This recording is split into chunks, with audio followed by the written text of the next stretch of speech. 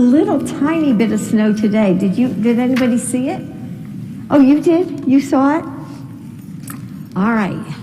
So this is, I'll show you. The Snowy Day. Has anybody read this before? Oh, you have? Oh, good. Okay. So, one winter morning, Peter woke up and looked out the window. Snow had fallen during the night.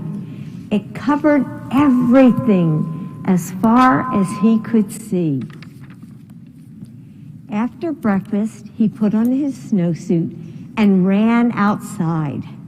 The snow was piled very high along the street to make a path for walking. Crunch, crunch, crunch. His feet sank into the snow. He walked with his toes pointing out like this. He walked with his toes pointing in like that. Then he dragged his feet slowly to make tracks, and he found something sticking out of the snow that made a new track. It was a stick that was just right for smacking a snow-covered tree. Down fell the snow, plop, on top of Peter's head. He thought it would be fun to join the big boys in their snowball fight, but he knew he wasn't old enough just yet.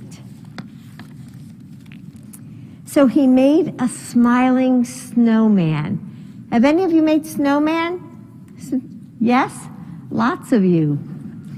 And he made angels. So how many of you have made snow angels? I love to do that. Remember when you just go in the snow? He pretended he was a mountain climber.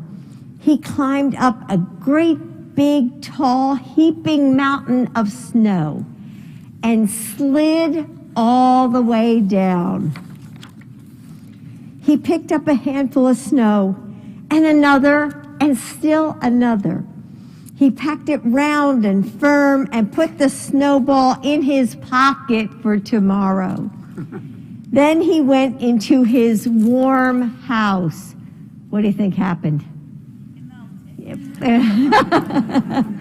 He told his mother all about his adventures while she took off his wet socks. And he thought and thought and thought about them. Before he got into bed, he looked in his pocket. His pocket was empty. The snowball wasn't there, and he felt very sad.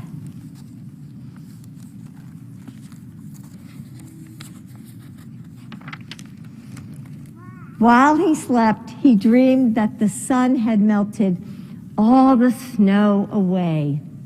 But when he woke up, his dream was gone. The snow was still everywhere. New snow was falling.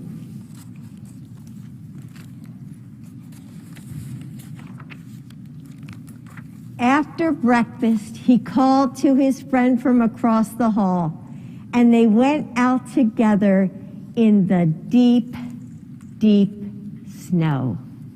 That's the end.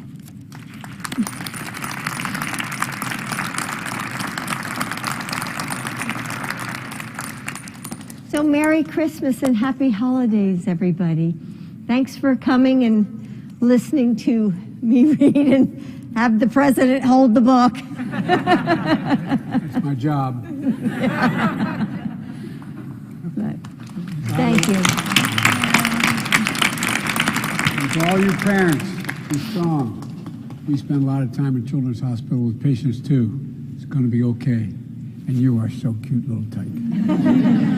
Yeah, she's working it.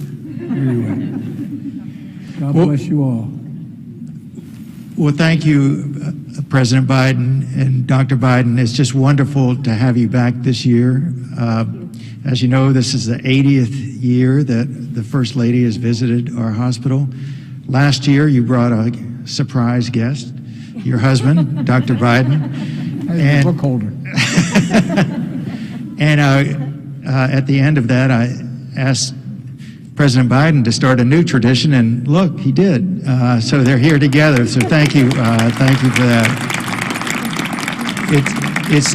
It's so important to all of our families, our kids, and our staff because there have been a lot of challenges, but we just love the support that you and your team and being out here, but also all through the year to give us the things we need to take care of kids the best way possible. So thank you for that, and we look forward to seeing you next year. Oh, thank you. All right. Thank you so much. Merry Christmas, everybody. Happy holidays.